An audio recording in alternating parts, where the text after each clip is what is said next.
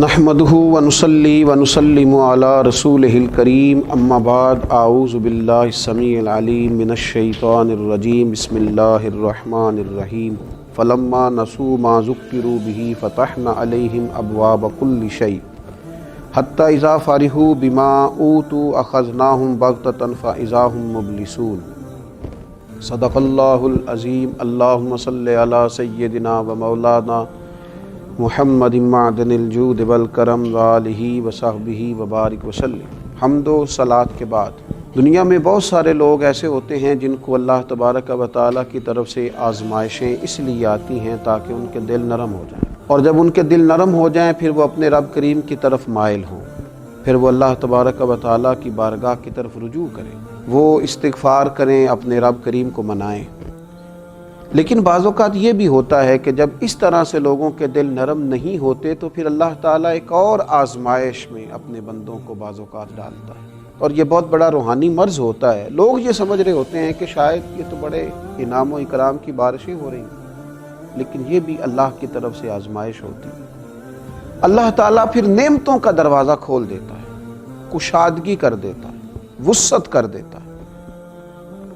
اور وہ وسعت ان کے لیے آزمائش کا سبب ہوتی ہے۔ وہ وجہ یہ نہیں ہوتی کہ اللہ تعالیٰ ان سے راضی ہے تو اس لیے ان پر نعمتوں کو وسعت دی جا رہی ہے، الا ماشاء اللہ، بلکہ اکثر اس طرح ہوتا ہے، اکثر لوگوں کے ساتھ اس طرح ہوتا ہے کہ یہ بطور آزمائش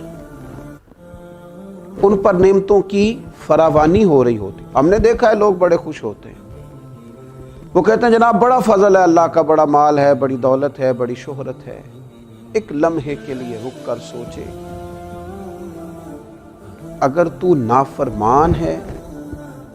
تیری عملی زندگی خطرناک ہے، تیرے روزمرہ کے معاملات درست نہیں ہیں،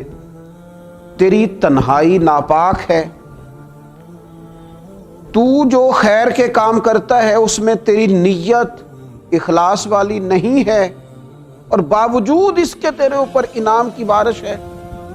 تو پھر یہ اللہ کی طرف سے بہت بڑی آزمائش ہے۔ پھر سوچنے کا مقام ہے کہ تو نافرمان ہے اور باوجود اس کے تیرے اوپر اس قدر وسعت کر دی گئی ہے۔ دیکھیے قرآن مجید سورہ انعام کے اندر اس انداز کو بیان کرتا ہے۔ اللہ کریم نے فرمایا فَلَمَّا نَسُوا مَا ذُكِّرُوا بِهِ فَتَحْنَا عَلَيْهِمْ أَبْوَابَ كُلِّ شَيْءٍ، جب وہ اس نصیحت کو بھول گئے جو ان پر کی گئی تھی تو پھر ہم نے ان پر ہر چیز کے دروازے کھول دیے انعام و اکرام کے دروازے ان لوگوں پر۔ حتی اذا فرحوا بما اوتوا اخذناہم بغتۃ فاذا ہم مبلسون، اور جب وہ ان چیزوں پر خوش ہونے لگے جو انہیں دی گئی تھی تو پھر اچانک ہم نے انہیں پکڑ لیا اور وہ نا امید ہو کر رہ گئے۔ یہ تو اللہ کی طرف سے آزمائش تھی کہ جب تم اسے بھول گئے تو پھر اس نے ہر چیز کا دروازہ تمہارے اوپر کھول دیا۔ تم نے اپنی اس روحانی مرض کو دیکھا ہی نہیں کہ تمہاری نافرمانیوں کے باوجود جب تم پر انعام و اکرام ہے، مال و دولت ہے، شہرت ہے، نام ہے، تو پھر تمہیں چاہیے تھا کہ تم اپنے رب کی بارگاہ میں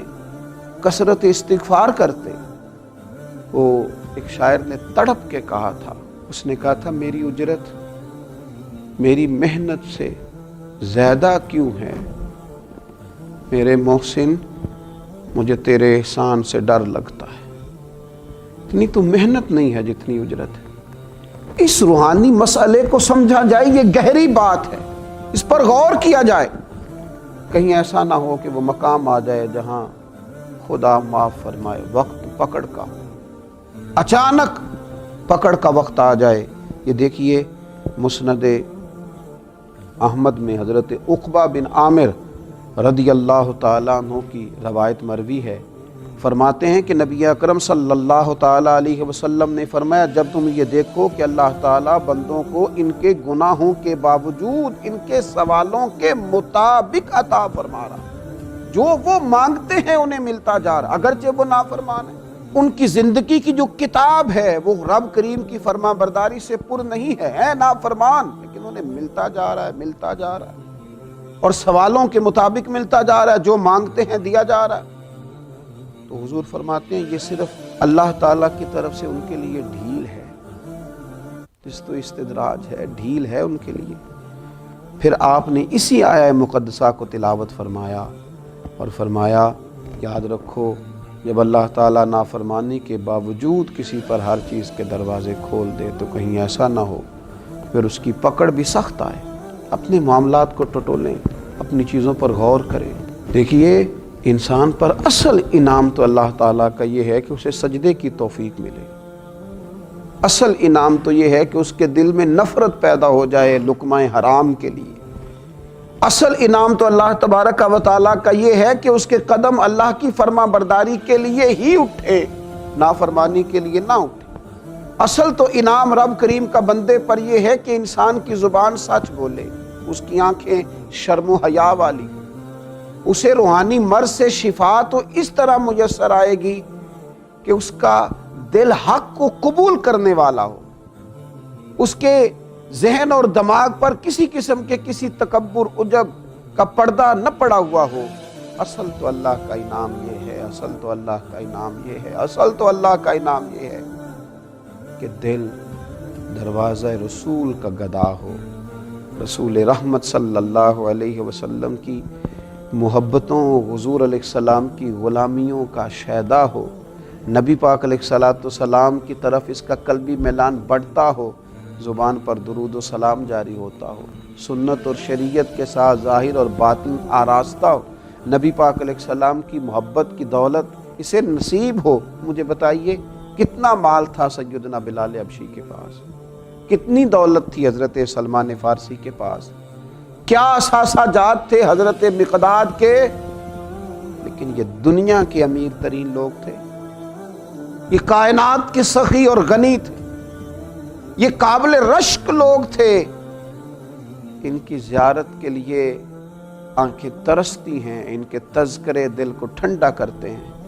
لیکن ان کے پاس دنیا کا ظاہری مال و اسباب تو نہیں تھا، پر وہ دولت تھی کہ جو دولت نہ پیسوں سے ملتی ہے نہ طاقتوں سے ملتی ہے، نہ وہ انسان کے معروف اور مشہور ہونے کی وجہ سے اس کے ہاتھ آتی ہے۔ تو یاد رکھیں اگر